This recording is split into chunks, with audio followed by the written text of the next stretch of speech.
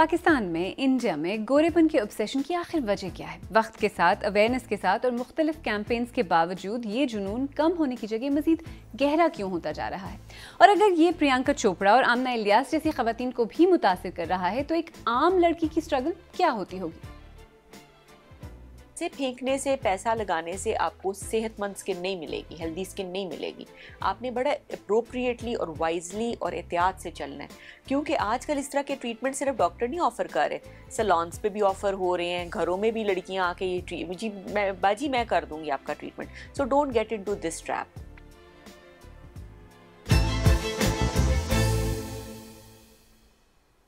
मेरा नाम आलिया नाज़की है और आप BBC उर्दू का प्रोग्राम सैरबीन देख रहे हैं। इंडियन एक्ट्रेस प्रियंका चोपड़ा ने हाल ही में एक पॉडकास्ट में बॉलीवुड के गोरेपन के जुनून के बारे में बात करते हुए कहा कि उनके लिए बॉलीवुड छोड़कर हॉलीवुड जाने की एक वजह ये भी थी। पाकिस्तानी मॉडल और एक्ट्रेस आमना इलियास ने भी हाल ही में एक बार फिर उनके स्किन कलर की वजह से होने वाली डिस्क्रिमिनेशन के बारे में बात की। आप सब पाकिस्तानी ड्रामा कल्लो में काम करने वाली एक्ट्रेस मारिया वास्ती को तो जानते ही होंगे। वो कहती हैं कि पाकिस्तानी ड्रामा इंडस्ट्री में जिल्द का रंग अब भी एक मसला है। आजकल ये भी देखा गया है, लोग जिक्र करते हैं, बात करते हैं कि सेलिब्रिटीज़ में, फेमस लोगों में ये रुझान है, पाकिस्तान की मैं बात कर रही हूँ, कि वो ये ग्लूटाथियोन के टीके और लगाते हैं रंग को गोरा करने के लिए।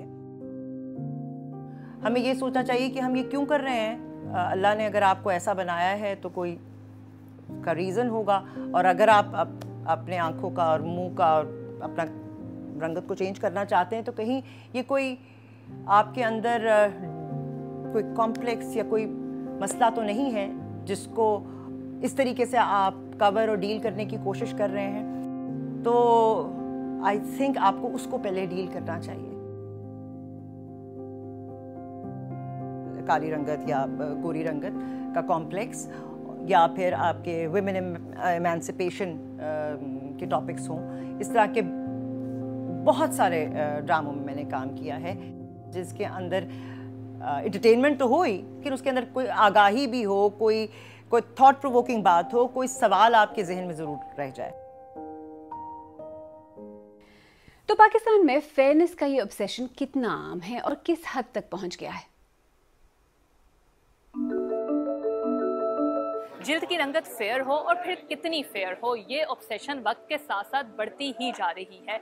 अगर कॉम्प्लेक्शन डार्क है तो सोशल प्रेशर्स जल्द ही आपको इन्फीरियरिटी कॉम्प्लेक्स में मुब्तला करके ही दम लेंगे, और रंगत की बुनियाद पर डिस्क्रिमिनेशन भी ख़त्म होने का नाम ही नहीं ले रही, और ख़ास तौर पे ख़वातीन इस मसले का सबसे ज़्यादा शिकार नजर आती हैं। सबसे ज़्यादा जो दुख की बात है वो ये है कि बच्चियाँ उतना बोल नहीं रही होती हैं। जो छोटी बच्चियाँ हैं, यंग बच्चियाँ हैं, school going, college going, university going, उनकी माएँ आती हैं हमारे पास, जो कि सबसे अफसोस की बात है, और वो हमें कहती हैं कि डॉक्टर साहब इसका रंग सही नहीं है, इसका रंग काला है। और ऐसा लगता है कि माजी में चलने वाली कैंपेन्स जैसा कि अनफेयर एंड लवली या सेलिब्रिटीज़ की तरफ से इस मामले में अवेयरनेस पैदा करने की कोशिश भी लोगों के रवैयों को तब्दील नहीं कर पाई, और बात अब सस्ती वाइटनिंग क्रीम से काफ़ी आगे निकल चुकी है। अब मार्केट में स्किन वाइटनिंग इंजेक्शंस और स्किन लाइट करने के लिए लेज़र ट्रीटमेंट्स बड़े पैमाने पर इस्तेमाल हो रहे हैं। अब चूँकि ये मार्केट कुछ ज़्यादा रेगुलेटेड नहीं है पाकिस्तान में, इसी वजह से इनके साइड इफ़ेक्ट्स पर बात नहीं की जाती, और अच्छा खासा महंगा होने के बावजूद ये ट्रीटमेंट्स लोगों में,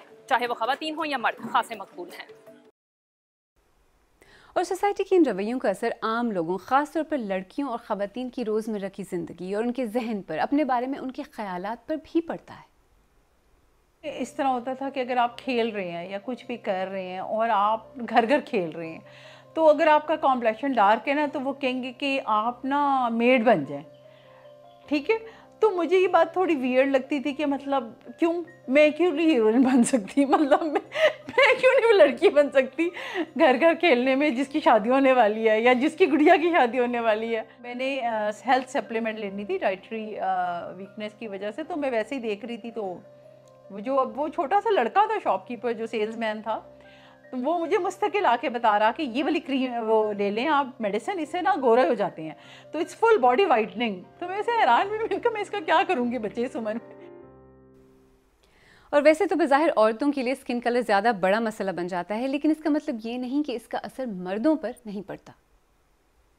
जुमला तो नहीं कह सकते, जुमले कह सकते हैं बहुत सारे, जैसे काला, और भंगी, इस तरह का मुझे अजीब से काला दज्जाल या इस तरह के लफ्ज़ बोले जाते हैं और कहा जाता है कि आप अफ्रीका के हैं या कहाँ के हैं। आप उनके साथ बहस तो नहीं कर सकते, आप इग्नोर कर सकते हैं ऐसी चीज़ों को। इग्नोर तो किया है, लेकिन वो जब हमारे दिमाग पे सवार हो जाती हैं चीज़ें तो हम भी कोशिश करते हैं कि हम कोई गोरे हों। तो मैंने भी बहुत सारी कोई नाइट क्रीम होती हैं जिससे गोरापन आता है, उसको भी यूज़ किया अलग अलग कंपनी के, और लोग कहते हैं कि ग्लूटाथायोन के इंजेक्शंस लगवा लो, उससे गोरे हो जाओगे। ऐसे बहुत सारे लोग करते हैं, लेकिन कुछ साइड इफेक्ट्स भी हैं। तो उसके डर की वजह से मैंने आज तक वो इंजेक्शन तो नहीं लगवाया, लेकिन जो क्रीम है जिसके साइड इफेक्ट ना हो वो यूज़ किए, लेकिन उससे मुझे कोई फ़र्क आज तक नहीं पड़ा। और अब तो हमारे मुल्कों में फेयरनेस इंडस्ट्री एक बहुत बड़ी सन्नत बन चुकी है। लाखों लोग जिल्द को गोरा बनाने का दावा करने वाली फेयरनेस क्रीम्स का इस्तेमाल करते हैं, ये जाने बगैर कि इनमें आखिर है क्या। पाकिस्तान में साबुन और क्रीम्स की कई प्रोडक्ट्स हैं जिनमें 31 मिलीग्राम फी किलोग्राम मर्क्यूरी मौजूद है, जो कि जिल्द के लिए खतरनाक है। यूरोपीय यूनियन में स्किन केयर प्रोडक्ट्स में मर्क्यूरी के इस्तेमाल की बिल्कुल इजाज़त नहीं, जबकि अमेरिका में 1 ppm यानी 1 पार्ट पर मिलियन की इजाज़त है। 2019 में मुल्क में इस्तेमाल होने वाली 59 स्किन वाइटनिंग क्रीम्स में से 56 में मर्क्यूरी लेवल बहुत ज़्यादा पाया गया। इन क्रीम्स में मकामी और इंटरनेशनल ब्रांड्स दोनों शामिल हैं। और वाइटनिंग क्रीम्स और साबुनों में सिर्फ मर्क्यूरी ही नहीं बल्कि दीगर नुकसानदेह केमिकल्स भी इस्तेमाल किए जाते हैं। वैसे पाकिस्तानी हुकूमत ब्यूटी इंडस्ट्री को रेगुलेट करने की बात और कोशिश तो कर रही है, लेकिन फिलहाल इन इंग्रेडिएंट्स के मनफी असरात और साइड इफ़ेक्ट्स वाज़े हैं। इसके बावजूद लोग अब तक गोरेपन के इस शराब के पीछे क्यों भाग रहे हैं? जब हम लोग कॉलोनाइज थे, जब ब्रिटिश रूल था, उस टाइम से हमने ये चीज़ें जो है वो पिक की हैं कि हमें लगता था कि जो फेयर स्किन है वो बहुत डिज़ायरेबल है, या जो फेयर स्किन लोग होते हैं वो फार मोर सुपीरियर होते हैं as compare to dark skin people. So ये चीज़ें तब से चलती आ रही हैं, ये जर्म्स अभी भी हमारी सोसाइटी में मौजूद हैं और हमें लगता है कि जो गोरी रंगत है वो सब कुछ है। हम सब खुदा की बनाई हुई तख्लीक हैं and everybody is equally beautiful. तो हम क्यों चाहते हैं कि सब एक जैसे दिखना शुरू हो जाएं? अगर सब एक जैसे दिखना शुरू हो जाएंगे तो उसमें कोई खूबसूरती नहीं रहेगी। लेकिन क्या पाकिस्तान में ये सोच कि खूबसूरती का कोई रंग नहीं होता जड़ पकड़ भी रही है? लोग क्या कहते हैं, जिल्द का रंग अब भी कितना अहम है? प्रपोजल तो फिर बहुत ज़्यादा लड़कियों के कॉम्प्लेक्शन के बारे में बात की जाती है कि अभी भी हमारे जो एजेड लोग हैं उनको ये होता है कि हमारी जो बहू है उसका कॉम्प्लेक्शन फेयर हो। इशू यही है कि मर्दों की इवन सोशल इकोनॉमिक क्लास को उनकी कम्प्लेक्शन और उनकी स्किन कितनी पैम्पर्ड है उससे जज किया जाता है। जो प्रोडक्ट्स नहीं यूज़ करते, मोस्टली मेल्स भी आप देखें कि फिल्टर्स के थ्रू अपनी वीडियोस बना के अपलोड करें। अगर कोई कहे कि नहीं ये मैटर नहीं करता तो ऑब्वियसली मैं इस चीज़ को नहीं मानता, मैटर करता है ये चीज़। क्योंकि जब आप येलो और ब्लैकिश में होते हो तो फिर वो बहुत कॉम्प्लेक्स रहते हैं कि बाकी लोग ज़्यादा प्यारे लग रहे हैं, मैं प्यारी नहीं लग रही। मसला यह है कि हमारी सोच में, हमारी ज़बान में, हमारे पॉपुलर कल्चर में गोरे रंग को इस कदर बेहतर, खूबसूरत और डिज़ायरेबल दिखाया जाता है कि गोरा होना खुद अपने आप में खूबसूरती की डेफिनेशन बन गया है। और इस सोच के पीछे सिर्फ जनूबी एशिया की कॉलोनियल तारीख ही नहीं, माहिरीन तो कहते हैं कि इसकी जड़ें कास्ट सिस्टम यानी ज़ात पात से भी मिलती हैं। अब अगर कोई चीज़ सैकड़ों बरस से आपकी मजमूई सोच का हिस्सा बन गई हो तो जाहिर है उस साइकिल को तोड़ना आसान नहीं होता, लेकिन इसे तोड़े बगैर अगली नस्लों के लिए इस कॉम्प्लेक्स से निकलकर आगे बढ़ना भी मुश्किल है।